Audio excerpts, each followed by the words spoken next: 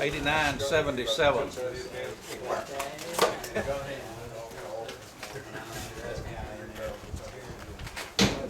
Don't blow, Tom. Something he set up in his nose. Get that booger off there, Charlie. Don't get that one. I just scored well there. It's protein. Those are couple things on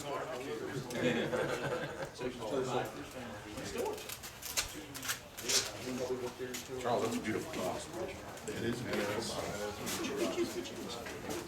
Yes, sir.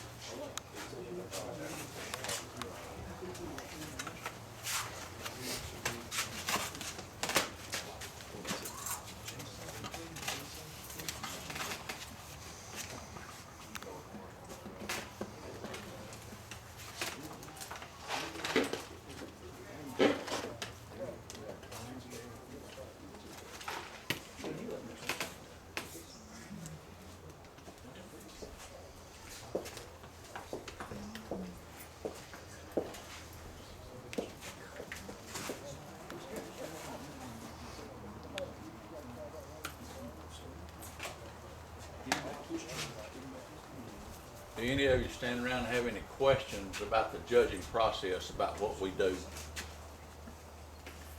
Is it legal to put a bone in the box? Only one. You better not, because it's gonna look ugly. Well, I just wondered, I mean, some organizations have a rule against it. I didn't know if KCBS had a rule. No, we don't have a rule. SCBA. I didn't We know don't if they had a rule about that or against it. not. It just wouldn't help you with it. Jack made It's gonna look ugly, because if, I'll give you a good example. Jack experimented Jack experimented with that. at best of the best. Oh, sorry. And Scorecard. It was a great looking box. I thought, I think it's all right. That's gonna be fantastic. because he put the ribs in there.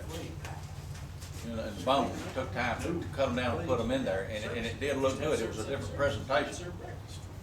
You know, unfortunately, that wasn't the reason it got disqualified. But it did make a good looking box, didn't it, Jack? I thought the box was a home run. Although talking to the judges from that day, it got fairly mixed reaction. It did get Greg mixed hated reaction. it. Greg didn't And like it. probably the primary reason for that is because we'd never seen that before. Well, I saw a fella take a blade bone from a butt one time, you know, that kind of 3-4 thing, and he took that and he sawed it into a slice about that thick and used that as a partition for his different, like his loin and his ham meat and that sort of thing. Kind of like a hub and a wagon wheel. It looked pretty good, I didn't know if that was legal or not. Do you think the SDA would consider that marking? They put a bone, if you saw a bone in Yeah. 3 pieces. Bare bone, I would think it would be. Yeah, that might be. Well, you could probably, Sculpting it, then you're you could, marking. I mean, big question, well, I guess, but I didn't know if anybody had tried it or brought that up or not. So what are you guys looking for when you pull certain pieces of meat out? well, in a whole hog box, you're looking for the ham, the loin, and the shoulder meat. And you want to try, to judge a whole hog box, you really ought to try all three of them. You ought to try the shoulder meat, you ought to try the loin, and you ought to try the ham. And judge it accordingly. Are they categorized separately in the judging process, or is it the different kinds of meats, or is it just all as one? No, it's all scored as whole hog. But, yes, Now, this is probably the individual judges, what they prefer. What are you looking for when you pull out a piece? Are you looking, do you pull out the bark, a piece with a bark, just bark, a piece without bark, or is it just? well, we're judging, the bark, in my mind, is more for an appearance factor. Because the bark wouldn't play into the tenderness and texture part of it. Because that's going to be something that's going to be a little chewier. I try to encourage all my judges when I'm table captain and tell judges when we're training them to use your fingers. You know, pick the meat up like this and pull it apart. You know, you can't judge meat with a fork. You can't judge tenderness and texture with a fork. You have to pick it up. You have to pull the meat apart You need to squeeze it between your fingers. If it just turns to mush, it's probably overdone. You know, when you squeeze it between your fingers, it ought to have a little consistency to it. Where's my runner? You pull out several samples of it from different places just to get the differences. You don't want to base your opinion just on one thing that you pull out. You want, especially in a whole hog box, you want to try to get a general variety. And the tenderloin normally is something that can really dry out on you quickly. So if you don't think it's that good, don't put it in the box. If you think it's overcooked, don't put it in the box. Every part of that box is up for scrutiny, and if you put separate sections in there, you're really mandated to check each section of it, because one could bring the other one down instead of bringing the other one up. You may have a good pull, but the loin may be tough and dry. And then obviously that lowers the sealing factor of your scoring. It can't possibly get a perfect score. It's just another aspect of that sample. Everything in that box is up for scrutiny. And instead of saying, well, the pull will bring up, nothing brings up the score.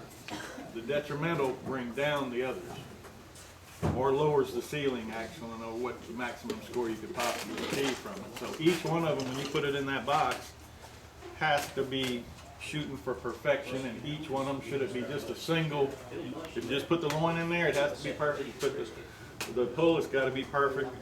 And not saying that everything has to be perfect, but you use that as what you're attempting to do, is provide us with your best sample entry and the quality and the uniqueness of your preparation, seasoning, sauce, and techniques. What are each of the criterias? Appearance, Aroma, tenderness, Texture. texture, taste, and then the overall impression. One of the things, and Jack brought this up this morning when he was in here, when you were talking about building the butt box this morning, about chopping. I would discourage any of you to do a real fine chop in a turn-in box, We eat with fingers. because we're judging with fingers. It's hard to judge the tenderness and the texture of the chopped. The more you work with barbecue and handle it, the mushier it's going to get. The more you chop it, the more you mix it, the more you do with it, the mushier it's going to get.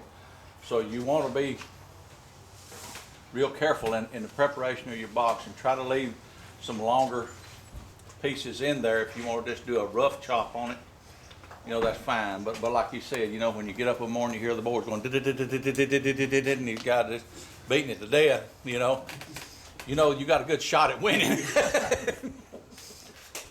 But we have to be able, as judges, to handle the meat.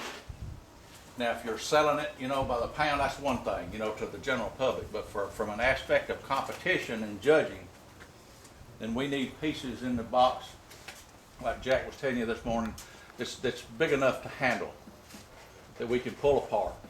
We can judge the tenderness and the texture. This is a good piece of meat right here. Mm-hmm. This, never mind. Yeah, you get some of this, like in the last box, it's real small pieces. It's hard to judge the texture and tenderness on that when you can't pull it apart when it's real small pieces. Okay, this is the last box, 8978.